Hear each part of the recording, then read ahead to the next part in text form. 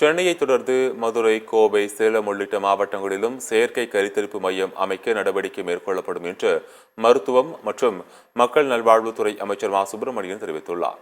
புதுக்கோட்டை மாவட்டம் அறந்தாங்கி ஊராட்சி ஒன்றியம் ஆயங்குடிகள் மருத்துவ மற்றும் மக்கள் நல்வாழ்வுத்துறை சார்பில் 35 லட்சம் ரூபாய் செலவில் புதிய துணை சுகாதார நிலையம் கட்டப்பட்டுள்ளது.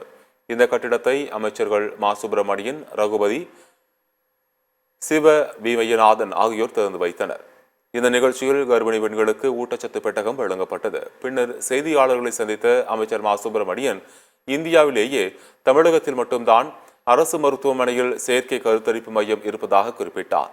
சென்னையை தொடர்ந்து புதுக்கோட்டை, மதுரை, கோவை, சேலம், திருச்சி ஆகிய மாவட்டங்களிலும் செயற்கை கருத்தரிப்பு மையம் கொண்டுவர நடவடிக்கை மேற்கொள்ளப்படும் என்று அமைச்சர் கூறினார்.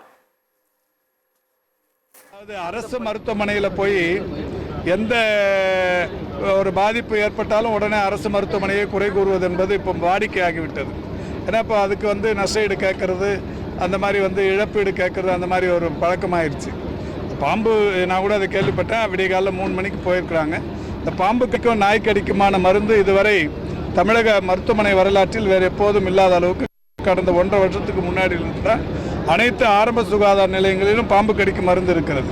அதுக்கு முன்னாடிலாம் வெறும் ஜிஹெச்சுக்கு தான் போனோம், டிஸ்ட்ரிக்ட் ஹெட் குவார்ட்டர்ஸுக்கு தான் போனோம். ஆரம்ப சுகாதார நிலையத்திலே ஏஎஸ்வி என்று சொல்லக்கூடிய பாம்பு கடிக்கான மருந்தும், ஏஆர்வி என்று சொல்லக்கூடிய நாய்க்கடிக்கான மருந்தும் இருக்குது. மருந்து கொடுத்தும் கூட அது பாதிப்பு அதிகமாகிடுச்சுன்னா, ஒன்று அவங்க அங்கே எடுத்துகிட்டு வரும்போதே அந்த பாம்பு கடித்தவர்களோட அந்த நேரம் கடந்து, காலம் கடந்து எடுத்துகிட்டு வந்திருப்பாங்க.